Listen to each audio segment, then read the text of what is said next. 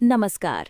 आज हम बात कर रहे हैं वेनेजुएला की, एक ऐसी कंट्री की जिसके पास दुनिया का सबसे ज़्यादा ऑयल रिजर्व है, लेकिन आज वहाँ की इकोनॉमी कोलैप्स हो चुकी है। लोगों को खाने पीने की चीज़ों के लिए स्ट्रगल करना पड़ रहा है और लाखों लोग देश छोड़कर माइग्रेट कर चुके हैं। सवाल ये है, आखिर वेनेजुएला के साथ क्या हुआ और इस पूरे क्राइसिस में यूएसए का रोल क्या है? Basic facts. Venezuela south America में स्थित है। इसकी कैपिटल सिटी कराकस है, यहाँ की ऑफिशियल लैंग्वेज स्पेनिश है और करेंसी का नाम बोलीवार है। वेनेजुएला की पॉपुलेशन लगभग 2.8 करोड़ है। देश का नाम वेनेजुएला का मतलब होता है लिटिल वेनिस, क्योंकि जब यूरोपियन एक्सप्लोरर्स यहाँ आए तो उन्होंने वेनिस जैसे स्ट्रक्चर्स देखे। Oil power background.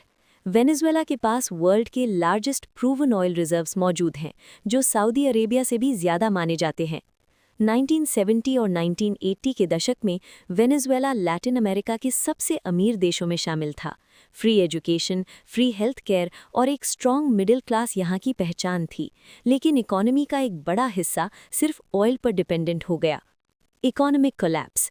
जब इंटरनेशनल मार्केट में ऑयल प्राइसेस गिरे तो वेनेजुएला की गवर्नमेंट इनकम भी तेजी से गिर गई। देश के पास कोई स्ट्रॉन्ग मैन्युफैक्चरिंग सेक्टर नहीं था, कोई डाइवर्सिफाइड एक्सपोर्ट सिस्टम नहीं था। गवर्नमेंट ने लॉसेस कवर करने के लिए ज़्यादा पैसा प्रिंट करना शुरू कर दिया। इसी डिसीजन ने वेनेजुएला को हाइपर इन्फ्लेशन की तरफ धकेल दिया। Hyper inflation. वेनेजुएला में इन्फ्लेशन इतना ज़्यादा हो गया कि करेंसी की वैल्यू ऑलमोस्ट ज़ीरो हो गई। लोग राशन खरीदने के लिए बैग्स भर कर कैश ले जाने लगे। सैलरी मिलने के कुछ ही दिनों बाद वो बेकार हो जाती थी। एक समय पर वेनेजुएला का इन्फ्लेशन रेट 10 लाख% से भी ज़्यादा रिकॉर्ड किया गया। Politics and policies. इस क्राइसिस के दौरान वेनेजुएला में ह्यूगो चावेज और बाद में निकोलस मदुरो जैसे लीडर्स पावर में आए। गवर्नमेंट ने प्राइवेट कंपनीज पर कंट्रोल बढ़ाया, प्राइसेस फिक्स की और कई इंडस्ट्रीज नेशनलाइज कर दी। इरादे पब्लिक वेलफेयर के थे, लेकिन इम्प्लीमेंटेशन वीक रही। इसका रिजल्ट ये हुआ कि प्रोडक्शन गिर गया, बिजनेसेस बंद हो गए और जॉब्स खत्म हो गईं। USA Venezuela recent update. New style. अब बात करते हैं यूएसए और वेनेजुएला के बीच चल रही करंट सिचुएशन की। पिछले कुछ समय से इंटरनेशनल मीडिया में ये रिपोर्ट्स आ रही हैं कि यूनाइटेड स्टेट्स और वेनेजुएला के बीच टेंशन्स काफ़ी ज़्यादा बढ़ चुकी हैं। कराकस और आसपास के इलाकों में सिक्योरिटी अलर्ट्स, मिलिट्री मूवमेंट्स और लाउड एक्सप्लोजन्स जैसे साउंड्स की खबरें भी सामने आई हैं। लेकिन यहाँ एक बात स्पष्ट करना ज़रूरी है।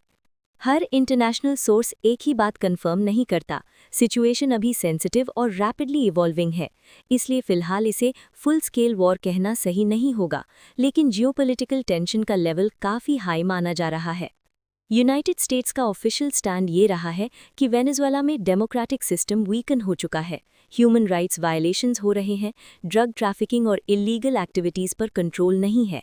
इसी वजह से यूएसए ने वेनेजुएला पर इकोनॉमिक सैंक्शंस लगाए हैं, इंटरनेशनल प्रेशर बनाया है और स्ट्रॉन्ग वार्निंग्स इशू की हैं। वेनेजुएला की गवर्नमेंट ने इन एलिगेशंस को पूरी तरह से रिजेक्ट किया है। वेनेजुएला का कहना है कि यूएसए उनके इंटरनल मैटर्स में इंटरफेयर कर रहा है। ये उनकी नेशनल सॉवरेनिटी का वायलेशन है और एक्सटर्नल प्रेशर से कंट्री और अनस्टेबल हो रही है। एक्सपर्ट्स का मानना है कि इस पूरे कॉन्फ्लिक्ट का सबसे ज़्यादा नुकसान आम वेनेजुएलन लोगों को हो रहा है। सैंक्शंस और टेंशन्स की वजह से इकोनॉमी और वीक होती जा रही है, फॉरेन इन्वेस्टमेंट रुक गई है और डेली लाइफ पहले से ज़्यादा मुश्किल हो गई है। कंक्लूजन या लेसन्स। वेनेजुएला का केस दुनिया के लिए एक स्ट्रॉन्ग वार्निंग है। ये हमें सिखाता है कि सिर्फ नेचुरल रिसोर्सेज का होना काफ़ी नहीं होता, इकोनॉमी को डाइवर्सिफाई करना ज़रूरी होता है। और जब इंटरनल मिसमैनेजमेंट के साथ एक्सटर्नल ग्लोबल प्रेशर जुड़ जाता है तो क्राइसिस और गहरा हो जाता है।